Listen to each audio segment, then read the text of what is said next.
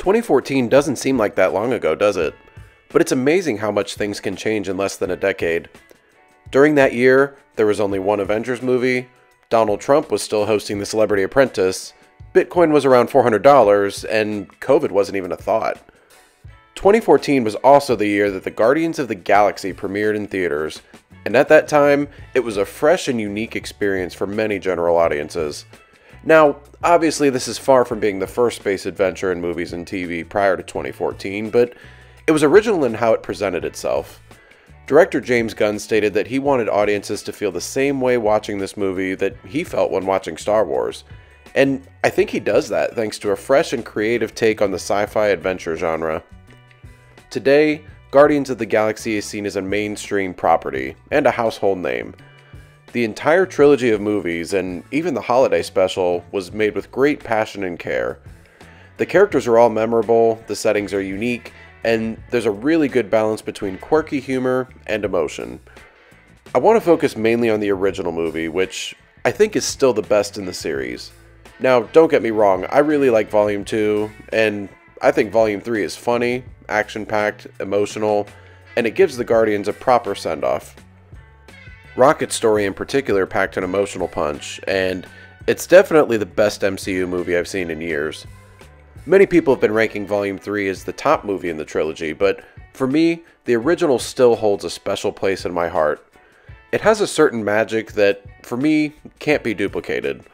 Everything about the characters, the atmosphere, the plot, and the music is superior to anything else I've seen in an MCU movie.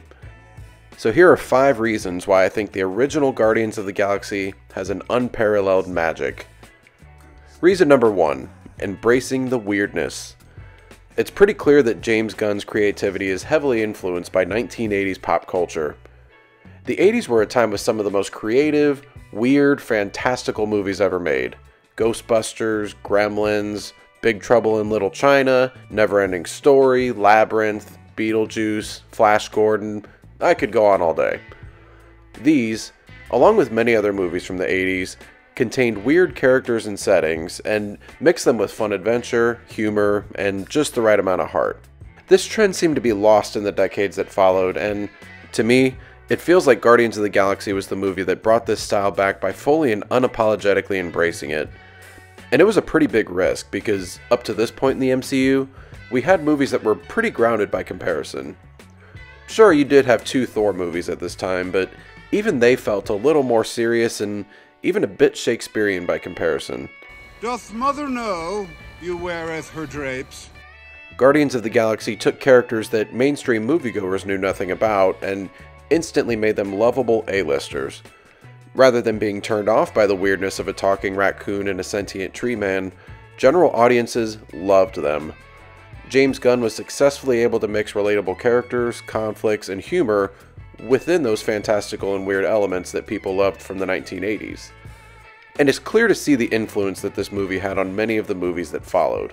Ragnarok, Love and Thunder, the Guardians sequels, and Quantumania are examples within the MCU that tried to follow this style.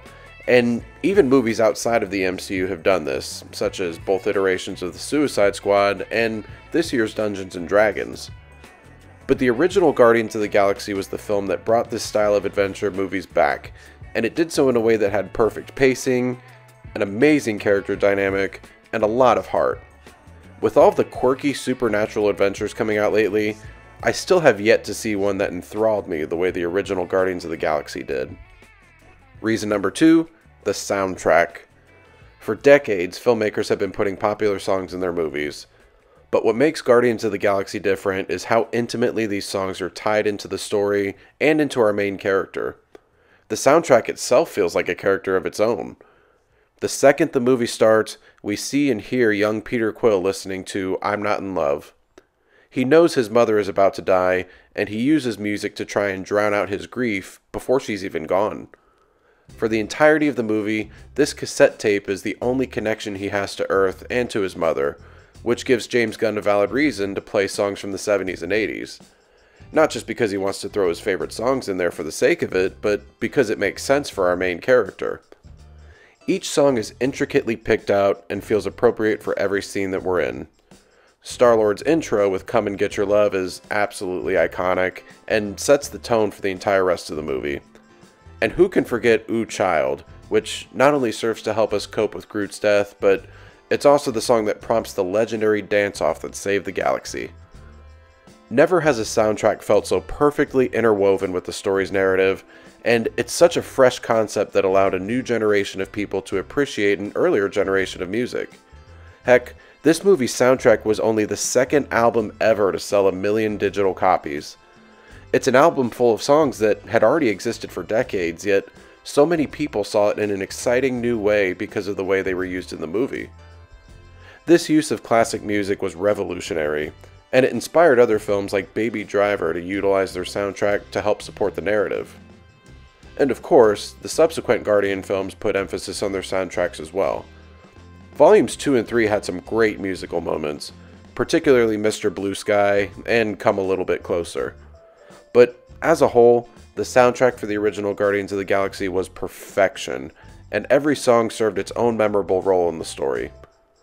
While I really liked the soundtrack for Volumes 2 and 3, the original was a trendsetter, and the best of the trilogy in my opinion. Reason number 3, the characters. The characters are the best element of this movie. They each have their own unique look, style, and abilities, and they each bring something new to the table.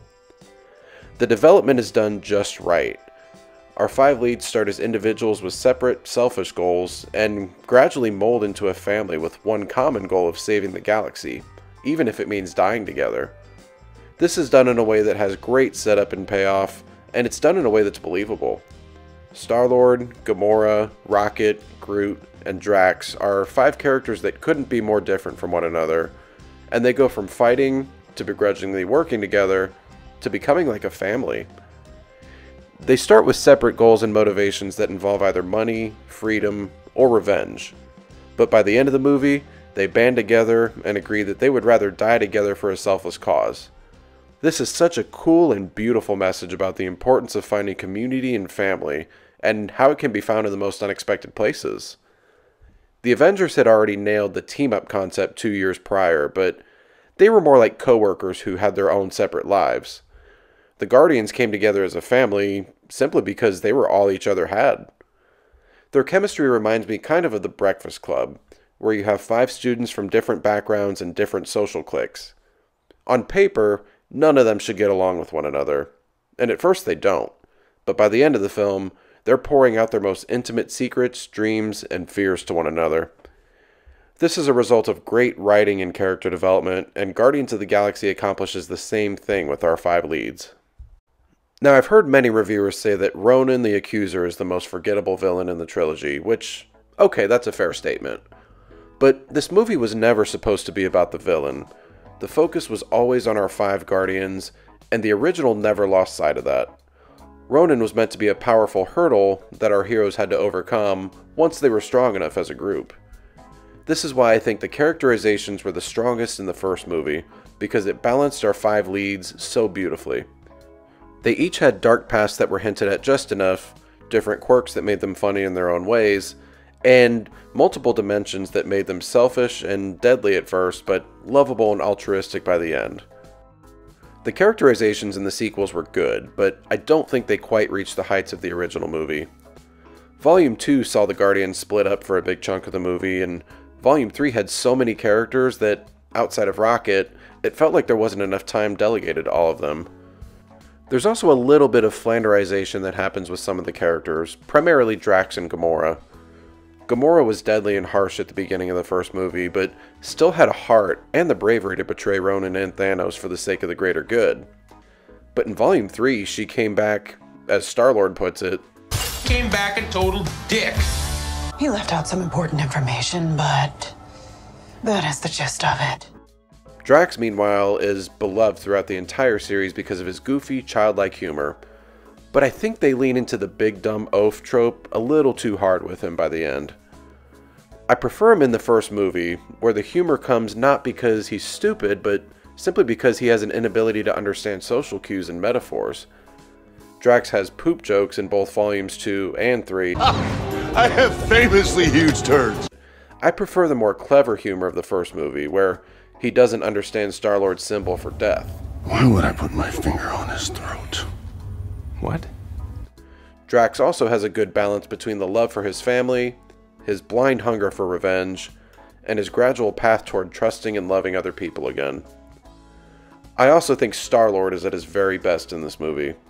He becomes kind of mopey in volumes 2 and 3 for me, and even in the Avenger movies, he ruins the big plan to stop Thanos, and basically becomes the butt of every joke after that. Don't touch me! Your choices were him or a tree. So he's an idiot. Yeah.